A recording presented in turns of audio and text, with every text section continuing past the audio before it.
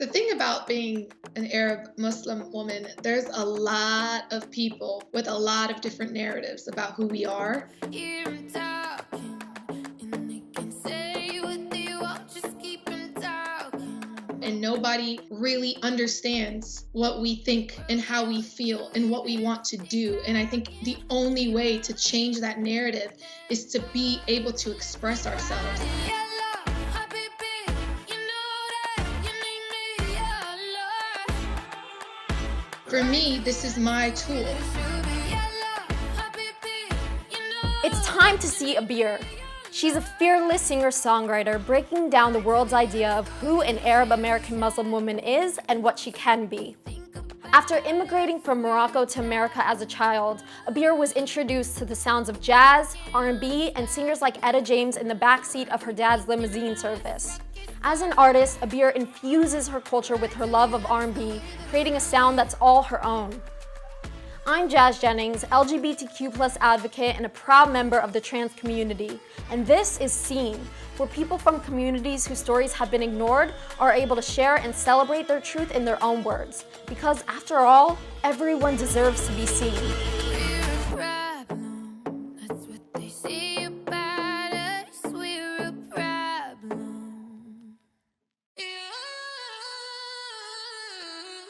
I've always wanted to put Moroccan music in my music. I've been saying it for so long. I've been trying to put just a bit of like that Arab taste in pop.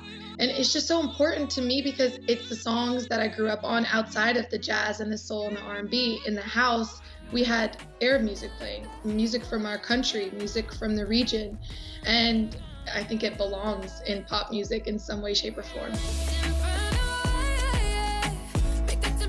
Right now, especially as I'm working on the new album, I'm going back to everything that excited me about Heat, and that's a lot to do with the Arab scale and Arab instruments.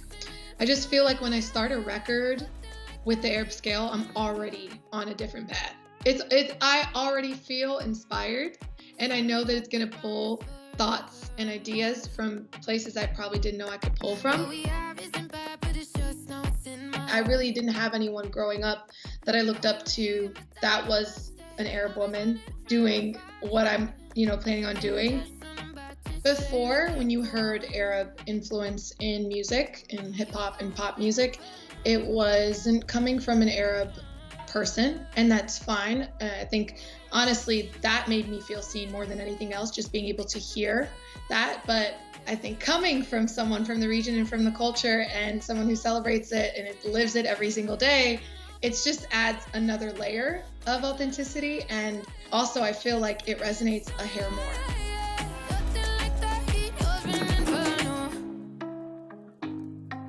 Nothing like the heat of an inferno. And so I think about it all the time that like this music is great and it's allowing me to, get more and more creative, but it's also so meaningful to everything that I've gone through and everything that I've thought about growing up and even now, and the thoughts that still kind of go through my head. And I know that I'm not the only one thinking them.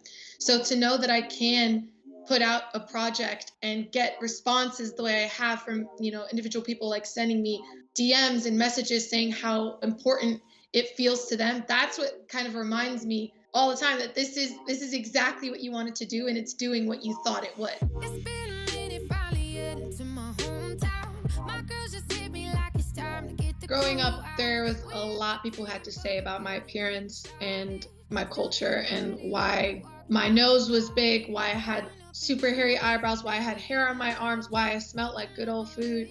And I used to be like trying to hide that part, as many people that are immigrants and come from a different culture do. And I just had to realize that being different is not a bad thing.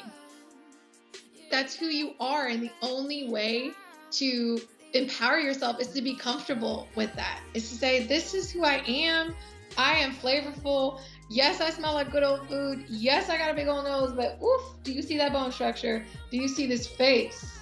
Do you see that? Do you see my ancestors in my face right now? Just look at it. So that's kind of how I I would use to uplift myself and get confident and feel okay. And also I had to notice that if I was in Morocco, I would look like everyone else. And I wouldn't feel like all these features are bad or whatever.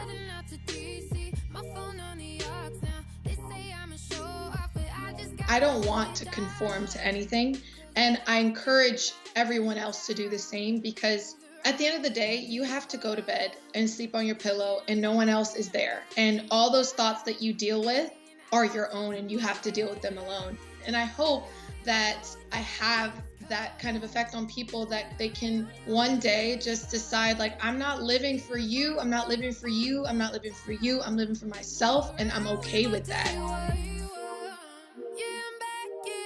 We just need more representation. We need to feel seen. We need to feel like we can look at the Grammy stage and see an Arab woman singing music that has a little bit of taste from the region and things like that.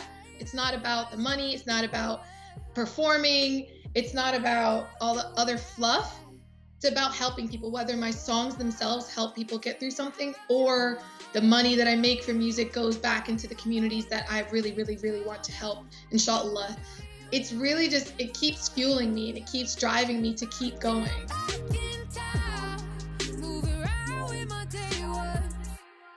I'm using that, my identity and who I am, being an Arab woman, being Muslim, living in America, as something that will become more normal for people to see, that this is one experience and one perspective of the Arab woman in it, and you need to open your mind, because there are several other experiences and perspectives that we need to see, that we need to share and we need to know. I think there's this super, super narrow-minded view of what the Arab woman is, and the only way that we can change that is by sharing our lives, sharing our experiences, sharing what really happens to the Arab woman, how we feel, how we think, what we want, how we dream. And if we start adding our experiences, then people will know no, we're not oppressed. We're not all Muslim. We're not all covered.